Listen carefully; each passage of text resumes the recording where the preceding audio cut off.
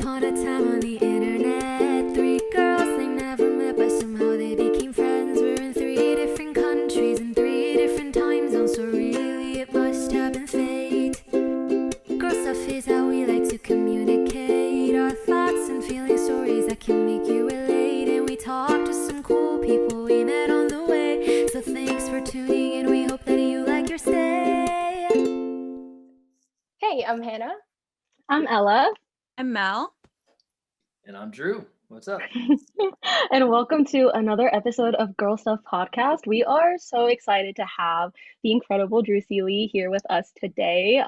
You guys all know and love him from so many different projects that he's graced our screens for many years now, and so many things we know and love. Instead of me talking for you, why don't you just go ahead and give us a little introduction on yourself, what you do, everything that you do? Sure. I'm Drew Seeley. I am a Canadian originally, and now I live in Los Angeles. I sing, I dance, I act, I do whatever is whatever is happening at the moment, and I'm just trying to enjoy life. And I'm a papa now, which is really fun. My daughter's a year and a half, so that's Wow, my favorite that's and amazing. job as of late. And yeah, I'm very happy to be meeting all of you and talking to you guys today. Thanks for having me on. Yes, of course. Before we sort of dive into what I like to call your origin story, where you found your passion and for performing, etc. I just want to talk about like right now. I know you just mentioned that you are in quarantine. I mean, we all have been, and for the past, year. Like, is there anything that you've been sort of able to do during quarantine that you wouldn't have been able to do otherwise if it weren't Yeah, for? I've been watching a lot of like dark movies, like scary movies that, my wife hates that kind of stuff. So I watched the Russell Crowe movie last night called Unhinged. That was very disturbing. And, all those kind of things. Also, you could probably see right behind you, that is a mattress that was on the bed, and now it's flipped on its side, and it's making a little makeshift recording booth for me. So I've been writing music and recording some stuff because that's a good way to pass the time and stay creative while I'm stuck down here in the pit. I'm in the pit. I love the DIY. That's very creative. Yeah, I was pretty proud of myself. It's very, very ninja. Is it effective? Does it work? I don't know if it's effective or if it just looks cool, but I'm gonna say it helps a little. Yeah. Yeah, for sure. Well, let's just go ahead and dive right into your origin story and like just how you ended up starting out performing, like acting, singing, dancing, etc. Like, where did you sort of develop that passion? Really, right here in Toronto area when I was a kid. My mom got my sister and I into dancing and modeling. Really, we were in like Sears catalogs and that kind of stuff. But eventually, I got an audition to be a kid in the pre-Broadway production of Showboat, which played it was called the North York Performing Arts Center for a while. I think it's the Ford Center now. And I was like 11 years old, and I did the show for a year. I was one of the kids in the ensemble, and I just fell in love with the whole package, singing, dancing, and acting, and being on stage. So I caught the bug then, and my whole family moved to Florida when I was 13. So when I started high school, I immediately jumped into the drama club, full force as much as I could, and did all the school plays that I could. Once Upon a Mattress, Gypsy, The Oh, Miracle. I love Once Upon a Mattress. I got to do that in high school. Is one of my favorite ones, of course. And yeah, just kept acting and doing stuff here and there, and eventually got my SAG card by driving back. Well, my mom, thank God for you, Nancy, driving me back and forth to Wilmington, North Carolina, where they shot Dawson's Creek and One Tree Hill. So I had small bit parts on both of those shows, and that kind of got me my professional card. And then I moved to LA in 2002 or 3, and just hustled, hit the ground running, worked at PF Chang's, did whatever I could. And then one day I co-wrote a song for High School Musical. And then after that, sort of the rest is history. I've been working pretty steadily since then. Yeah. Yeah. I mean, and we'll definitely go into detail a little bit more about those projects as well. But you mentioned some musicals. Did you or do you still now identify as a theater kid? Actually, last night I watched The Prom on Netflix. Oh, I watched a really yeah, that's dark, dirty awesome. movie, and then I watched the not dirty, but and then The Prom Yeah. right after it to sort of like lighten the mood a bit. Man, I really like that. That was great. Good music. That's awesome. I mean, I know that you've also done plenty of like stage productions as well, and I myself am diehard theater kid, so love to hear love to hear it. Yeah, yeah. I've been on Broadway twice, which was the time of my life, both times. The Little Mermaid and Jersey Boys more recently. Mhm. So I'm praying for the theater in New York and really around the country to come back strong soon once we're Oh past yeah. the worst of this. Because There's yeah, truly live performance. Yeah. yeah, there's truly nothing I miss more than live theater right now. Like that feeling of performing live or like watching a live performance is just I'm craving it so badly. I know everyone is. Is there anything in particular that you really miss about being able to perform on stage right now that, that you think about often, like while we're all stuck indoors?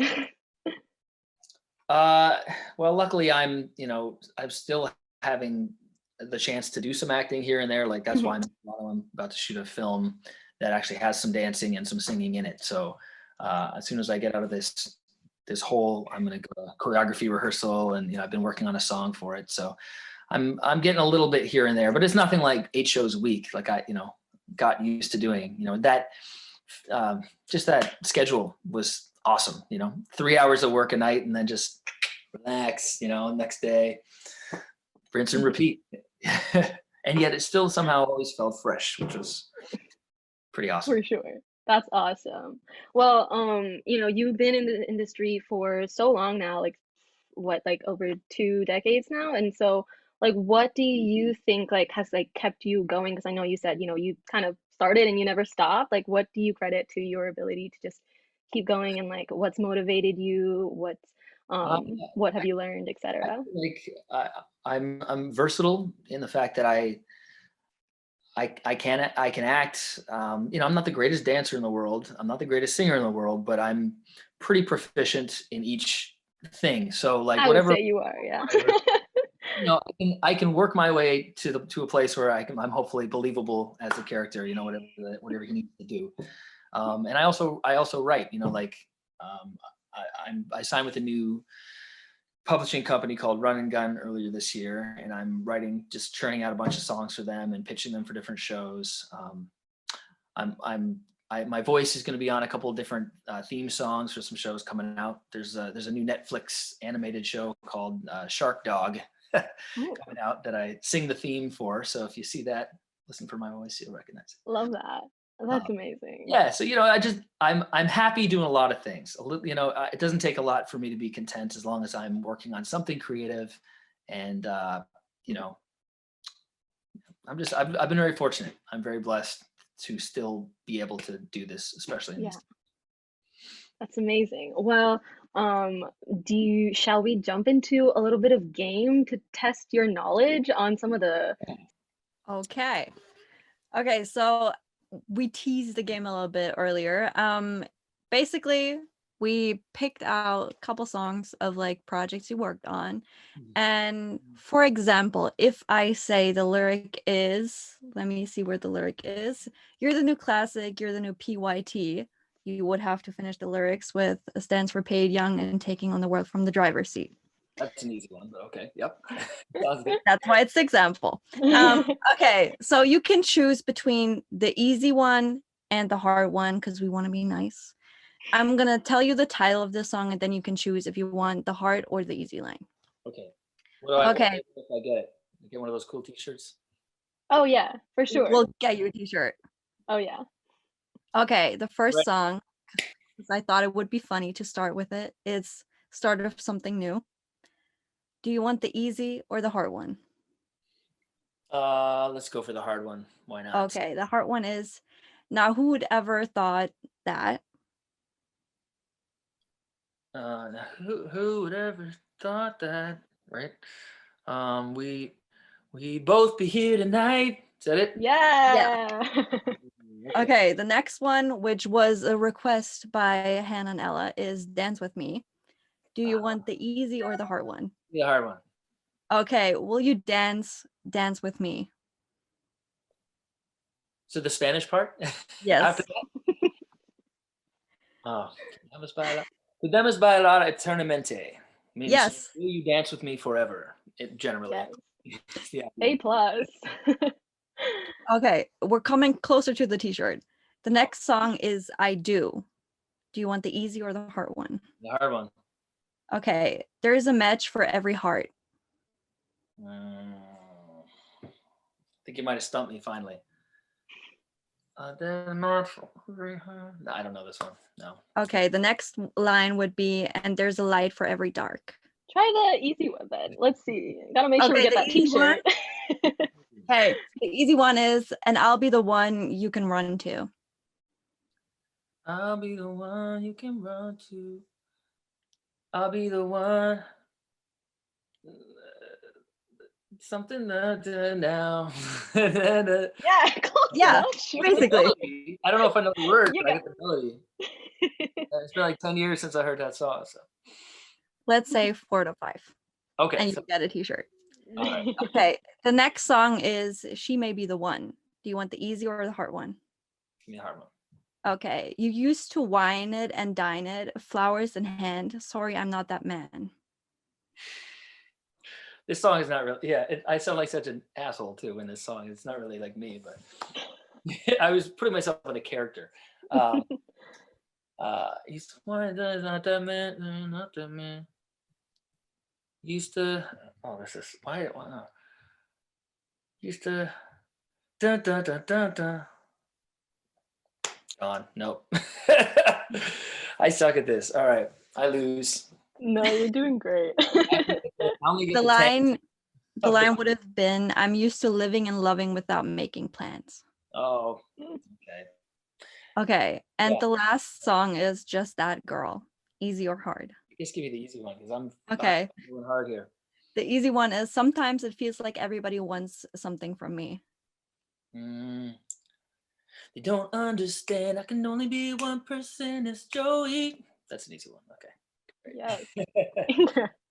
I You feel like made you it. got a shirt. What do you guys Oh, say? absolutely. Yeah. Great. Okay, so we're gonna jump right into, well, because we talked a lot about projects you've done, we're jumping into your career. And like, you've done a lot of projects from High School Musical to Another Cinderella Story. What's one project that like means the most to you? Well, I mentioned Jersey Boys already. I think that's right up there because, a lot of these things, like this movie I'm about to film now, is going to take 2.5 weeks to shoot, which is fine and fun and fast, but it's hard to make like long-term connections, that way. Whereas I did Jersey Boys for almost 3 years. So I feel like really, really close to a lot of those guys and gals from that show. So more time to make fun memories, I guess. But I just, I love being on set anytime I get a chance to, it's always a treat and I make the most of it and just very grateful for the opportunity. So. Yeah, making memories, I feel like, is like an important part about like anything you do. And we have memories of you being from like High School Musical and Another Cinderella Story. And most people, I feel like, in our age group know you from those shows because we grew up with that. How have those like projects impacted your career? You never know while you're making them that they're going to turn into anything. That's the funny part is, I did some other movies around that time and I wrote a bunch of other songs around that time that nobody has ever heard of or, very few people have seen. But the lesson is just you got to put your all into everything because you never know what it is that's going to actually like stick. The worst thing is when people come up to me or online or whatever, and it does happen very often, saying, "Oh, you were so good in Another Cinderella Story. Why don't you act anymore?" Or like, "Or why don't you do music anymore?" And I'm like, "I have been. You haven't been following me or whatever." You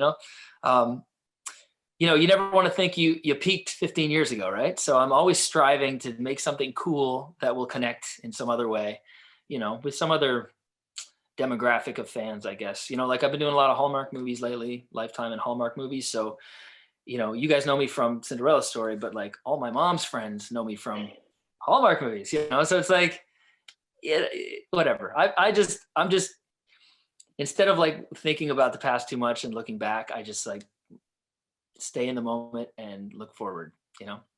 But that being said, Cinderella Story and High School Musical were definitely big turning points for me. And it's just, I was a lucky guy to be in the right time in the right place at the right time.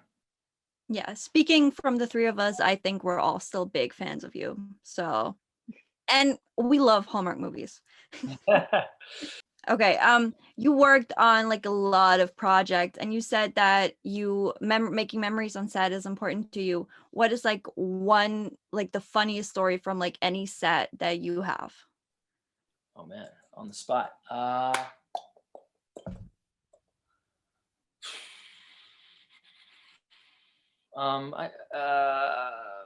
mean, forgetting lines on stage during, you know, live performances is always like very memorable, because the rest of your cast doesn't let you live it down for a little while. You know, you're and then they forget their lines the next night, and then you rib them. You know, so it's I have a lot of those nights in Jersey Boys, especially. You know, especially when the characters all play the narrator at some point and just talk directly to the audience. So if you forget some of that, there's nobody on stage that can save you. You just got to find your way out of it. So I've said some very silly things about like eating sandwiches and just stuff that doesn't make any sense. And, you know, you get a chance to fix it the next night. So, yeah. I've also eaten it at the mic stand a few times. I fell on my behind during the High School Musical tour. During Cinderella Story, I tripped and sprained my ankle in the middle of a song. I Kissed a Vampire, I jumped off a bed and sprained my other ankle. So I've had a lot of workplace injuries. I'm an insurance nightmare to hire, I guess, but you know, Well, part of the job. and besides you hurting yourself, the entertainment industry in general can be brutal. How would you say you deal with like the struggle of comparing yourself to others in the industry? You know, it's gotten easier, but it never quite goes away. There's always that little voice in your head that's like, you know, like, what am I not doing that I could be doing? Or, you know, but at the end of the day, you know, this is my one life, and I'm happy how it's turning out and how I'm living it, you know, and I don't need or want astronomical fame. I really don't, you know. Like I like being able to go to the grocery store and just go to restaurants, and like the occasional person will say something, come up and say hi, and I think that's very cool. But it's never been a problem with like, you know, paparazzi or anything for me, and I would never want that. So I'm happy being a C-level actor, if that. You're great. Yeah, and I think we're now jumping a little bit into the future. Yes. Well, you might think you're a C-level actor, but to us, you're A-level. We love you. We will support you. And the Canadian in me will forever hype you up, because we got to stick together, you know. Yep. Awesome. So, you know, you've kind of already mentioned it a bunch of times, how you don't like to kind of stay in the past. You're always looking at the future, see what's next, see what's coming. And we have a lot of people who listen to our podcast, who watch our podcast, that are interested in film and music. What's kind of your advice that you can give someone who's wanting to get into this career of entertainment industry? I mean, there's a lot of entry points, you know, depending on what you want to do, if it's more acting or more music. But it's on one hand, it's so much easier to, like, there's no barrier for entry anymore with YouTube and with TikTok and with everything else. Like if you have creative ideas, you can get them out there in a way that I couldn't 20 years ago when I started doing this. On the other hand, so many people doing it, it's hard to gain any traction. It's hard for people to see what you're doing. So it's a double-edged sword, I guess. I think as far as yeah, I don't know. I mean, I don't want to disparage YouTubers or TikTokers. That's one thing. Like, I know that that's something that I don't fully understand, being an old dude, but I know that, like, if most actors that I work with in shows or stage or anything haven't come from that world. They've more come from doing, coming up and doing community theater, or doing, taking acting classes, and through the more traditional route, so that they have more of like a base as actually a solid actor, and it's not just about attention. That being said, there's always exceptions. You can, depending on your number of followers, you could get offered a major movie. It happens. So yeah, there's not really any one way, but I would just say run your own race is my best advice. It's easy. It is easy to compare yourself to others, but there is no person on this earth exactly like you at all, and therefore put the blinders on and just do you. And if fame comes as a byproduct, great. If it doesn't, at least you're doing something you enjoy. Exactly. Yeah, no, I think like that's something I've always been taught, is just do what you love, and who cares what, like, eventually things will come if they're meant to come, but just if you do what you love, then you're actually going to enjoy what it is that you want to do, right? So just in terms of that, you've mentioned you're a dad, and you've gone to do a bunch of different things in 2020. So what's one thing you learned about yourself throughout the COVID season? Because that's our reality right now. Yeah, a lot of time to look inward.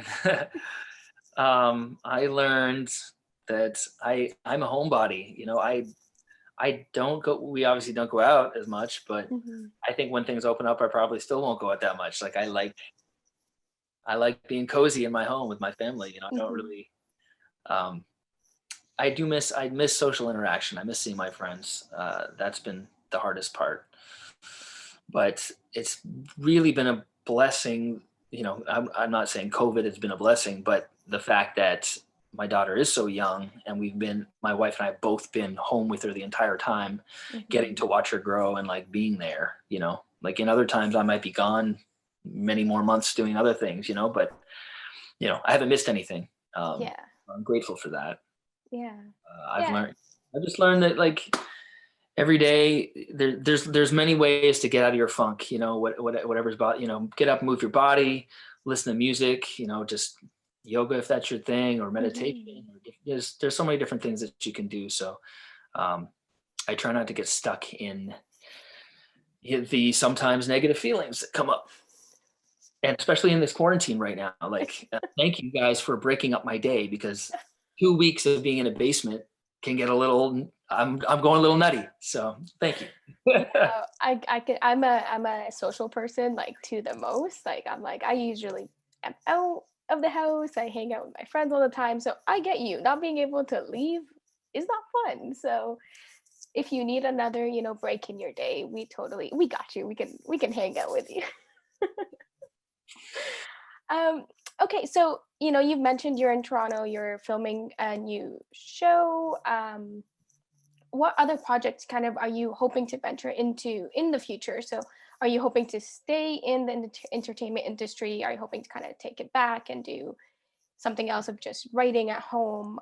What kind of is your hope for your own future? I've made plans that are concrete. Life has gone in a different direction, honestly. Even Jersey Boys, when I was on the road for 3 years, like, that came out of left field, and I was never intending on doing that. And it was one of the most gratifying experiences I've ever had. So I like to make very loose plans. Here are the general areas that I want to focus on. This is what I want to do. Right now, it's writing music for film and TV, and pitching for other artists, and occasionally putting things out myself. And then doing occasional film work when it comes. And beyond that, just being at home and being a dad. My wife works 2 jobs as well, hosts a show, and does another thing for Entertainment Tonight. So she's busy. Half the time I'm just a stay-at-home dad, and I love it, and that's fine. So we just sort of take turns and trade off. And I guess I should have more goals, but I really don't at the moment. I'm just living life, just trying to stay That's awesome. And you know what? I think that's what COVID taught us all, is you could plan something and it's gone because life takes over, right? So it's really cool to hear that, you make some plans, but you do kind of You like gotta leave room for inspiration and yeah, magic, randomness. yeah. So no, Okay. So just some fun questions to end us off. You grew up in Ottawa. I'm from Toronto. We're, usually we're very much a born in bi. Ottawa. I actually grew up in like Whitby, Oshawa. Okay, That's okay. Okay, so web base. Okay, so you're okay, cool. I like that. But Yeah. I need to know, who is your favorite hockey team if you do follow hockey. You live in Yes, LA, so I used to. I was a diehard Leafs fan when I lived in Toronto, obviously. Yeah. So they're always going to be my number one. Yeah. But now that I live in LA, the Kings are right there too. So That's true. That's true. And it's funny. I don't know if you're watching hockey this season, but because of COVID, they've had to change the divisions. And I'm like, it's weird. We're not facing, like, I'm a Leafs fan. So when you live in Toronto, who else are you gonna cheer for? Yep. Exactly. But yeah, it's been weird seeing only Canadian teams versus Canadian teams. I'm not used to it. I'm like, where's Boston to knock us down a notch? Awesome. So you do live most of the time in LA, and you travel for work Mhm. pre-COVID. Is there anything specific that you kind of miss about Canada? Yeah. I mean, I've lived in the States since 95, like I was saying. So it's a long time. Yeah. And I love both places for different reasons. You Mhm. can't beat California weather. You really can't. Also just we've made most of our friends are out there now. Our life is out there. Mhm. So, I love that. But all the rest of my family is in Vancouver and back in Canada too. So Mhm. we come back and visit pretty often. And the Canadians are uber nice thing. There is something to that. There's a undercurrent of politeness that you don't always get in the States that I do enjoy. Yeah. And I think that's a very nice thing to come back to. Yeah. And there's some great food here too. Yeah. We don't have poutine back there. We don't have Swiss filet. I know I'm saying all the things that Canadians probably sick of. Okay, I got you. I know exactly what you're talking about. I don't get these. I don't get to do that. There's no Timmy's donuts. So every time I come home here, I go crazy with all the Canadian things that I can't get when I'm home. Yeah. Do your friends ever kind of point out specific things that Canadians say? Like, I know I always get made fun of because I say washroom instead of like bathroom. So do you get the same thing? I think I've been there so long that it's been washed out of me. Okay. Out and about it used to be pretty strong, but it's a little more Americanized now. I guess. Okay. Well, maybe I heard a little bit of Canadian come out of you. Maybe it's just because we're talking to each other. Yeah, I've been here for a couple of days, and it's Yeah. falling right back into old habits. Awesome. And just to end us off, we wanted to ask, what are your top 2 favorite songs of all time? Oh my God, that is so hard. Or top 5 favorite artists that you like listening to? Either or. Artists is easier. I'd say like Ella Fitzgerald, Sam Cooke, uh, Michael Jackson, Stevie Wonder. I love Nora Jones's voice. Just people have very unique voices, like really unique tones that you can like immediately know, like, that's so different, Like you, we can recognize your voice in multiple. Look at that. Awesome. Well, Drew, thank you so much for hanging out with us and chatting to us. We had a great time. Again, like we've prefaced this by saying we are big fans of you. We will continue to be big fans of you. And we just want to say thank you, and we appreciate you and all that you do, and we will continue to hype you up, and we'll send you a Girl Stuff shirt because you did get one. Well, stay safe. Nice meeting you all. Take You care of too. yourselves. Perfect. Thank you. Have a great week. And that's girl stuff.